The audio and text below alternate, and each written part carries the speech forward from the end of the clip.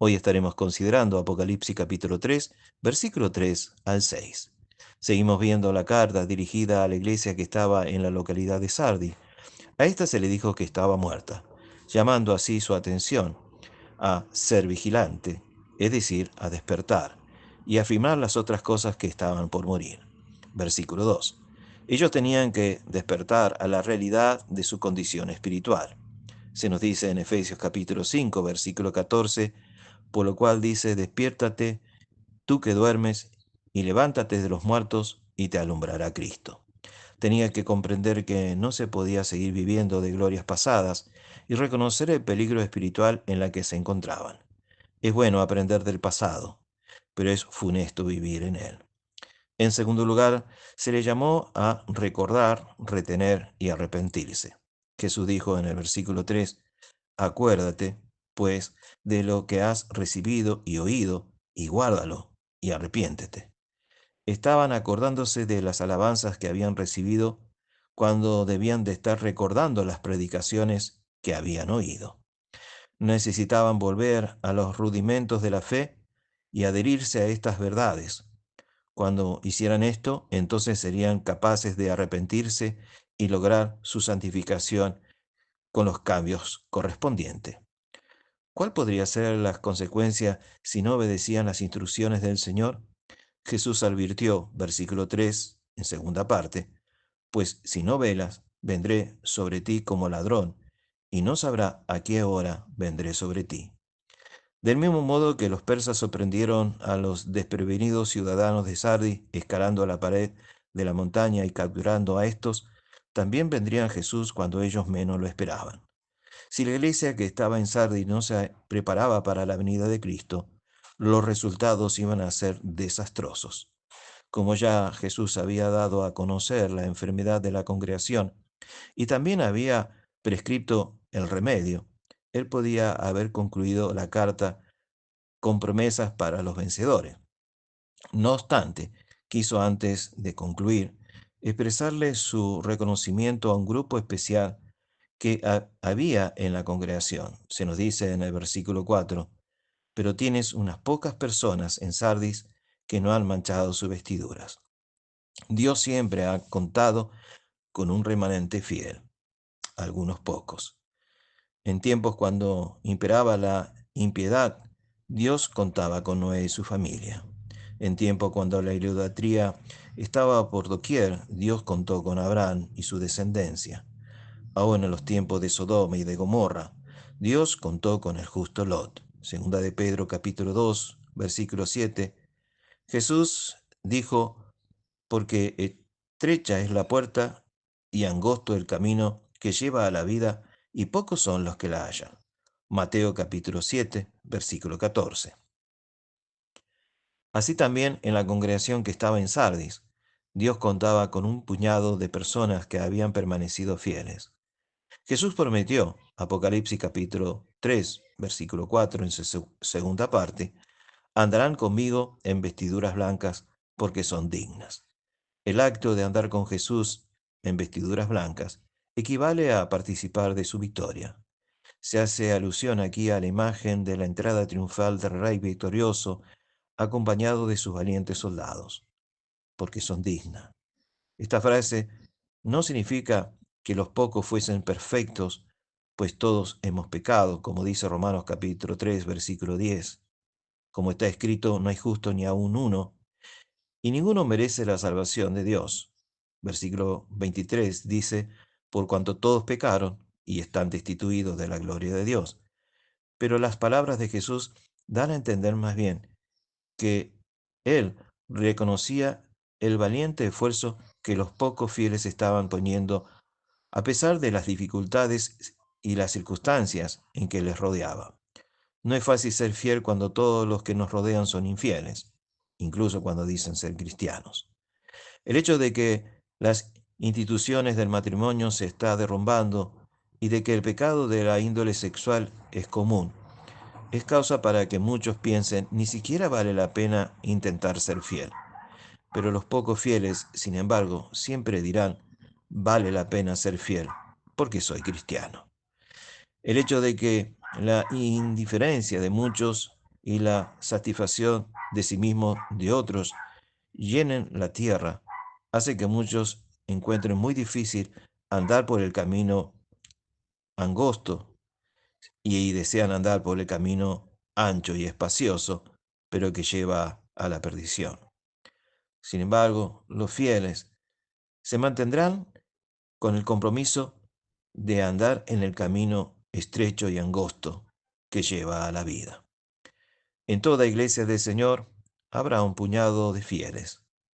Se trata de los mismos miembros con quienes se puede contar siempre, los que están en todas las reuniones de la iglesia, los que dan generosamente a las ofrendas porque entienden el compromiso de sostener la obra de Dios, los que hacen la mayor parte del trabajo, los que hacen contacto y han ayudado a que muchos sean bautizados y restaurados. Los predicadores a veces nos desanimamos porque ponemos nuestra mira en los muchos que no les conmueve el mensaje de Dios.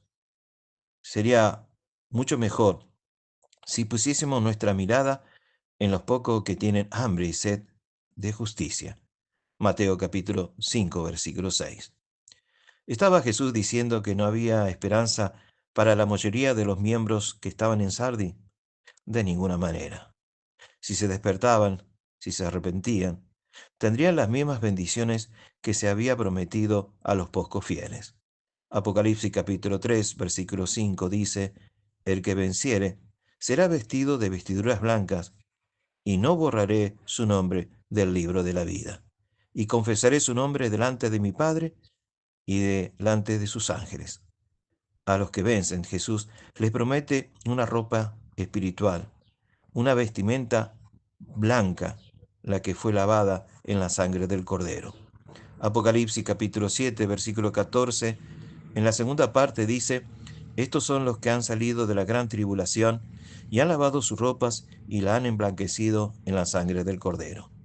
Jesús les promete a los vencedores una significativa continuidad, pues dijo en el versículo 5, en su segunda parte, y no borraré su nombre del libro de la vida. El libro de la vida es el registro de los que son fieles a Dios, un libro del cual te hace mención por todas las Sagradas Escrituras. Por ejemplo, cuando Moisés rogó a Dios por los israelitas, Éxodo capítulo 32, versículo 32 y 33 dijo, te ruego que perdones ahora su pecado, y si no, ráeme ahora de tu libro que has escrito. Dios respondió, al que pecare contra mí, a ese raeré yo de mi libro. En día de los 70 volvieron de la predicación que Jesús le había comisionado. Lucas capítulo 10, versículo 20, se nos dice, pero no os regocijéis de que los espíritus os sujeten, sino regocijaos de que vuestro nombre está escrito en los cielos. En Filipenses capítulo 4, versículo 3, Pablo escribió acerca de los colaboradores de él, cuyos nombres están en el libro de la vida. En el relato acerca del juicio ante el gran trono blanco, Apocalipsis capítulo 20, versículo 12, leemos, y vi a los muertos grandes y pequeños de pie ante Dios, y los libros fueron abiertos, y otro libro fue abierto, el cual es el libro de la vida, y fueron juzgados los muertos por las cosas que estaban escritas en los libros, según sus obras. En el versículo 15 leemos, y el que no se halló inscrito en el libro de la vida fue lanzado al lago de fuego. Los únicos que pueden entrar en el cielo son los que están inscritos en el libro de la vida del Cordero. Apocalipsis capítulo 21, versículo 27. Nuestros nombres se inscribieron en el libro de la vida en el momento que somos salvos. Marcos capítulo 16, versículo 16. Pero es necesario entender que si no somos fieles al Señor, nuestros nombres serán borrados de ese libro. Por último, Jesús les promete a los vencedores una especial confesión del nombre de ellos. Apocalipsis capítulo 3, versículo 5, en su tercera parte dice, y confesaré su nombre delante de mi Padre y delante de sus ángeles. Jesús había hecho durante su ministerio terrenal la siguiente promesa y advertencia. Mateo capítulo 10, versículo 32 al 33. A cualquiera, pues, que me confiese delante de los hombres, yo también le confesaré delante de mi Padre que está en los cielos. Y cualquiera que me niegue delante de los hombres, yo también le negaré delante de mi Padre que está en los cielos.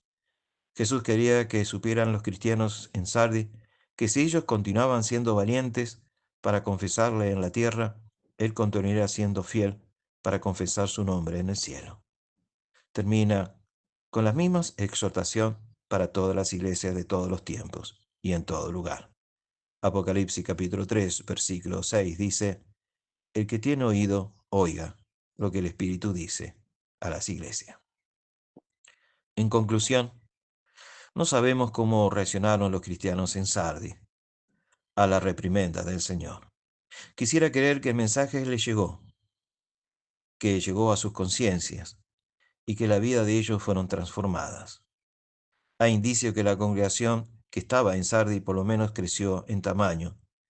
Existen datos históricos acerca de la construcción de un imponente edificio de la iglesia y un destacado grupo de dirigentes en los años que siguieron. Hoy, sin embargo, se ha ido la gloria del pasado, tanto para la ciudad como para la iglesia. De la ciudad no queda más que ruinas, y de la congregación ni siquiera un vestigio.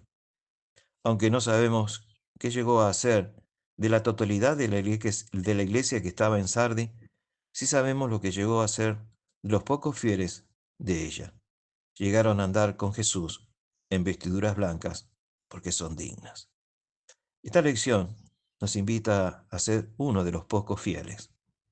Comprometámonos a permanecer vivos para el servicio del Señor. Conservémonos limpio para que un día podamos andar con Jesús con vestiduras blancas. Continuaremos con el mensaje a las iglesias de Filadelfia en la próxima lección. Gracias por tu amable atención. Que el Señor te bendiga grandemente.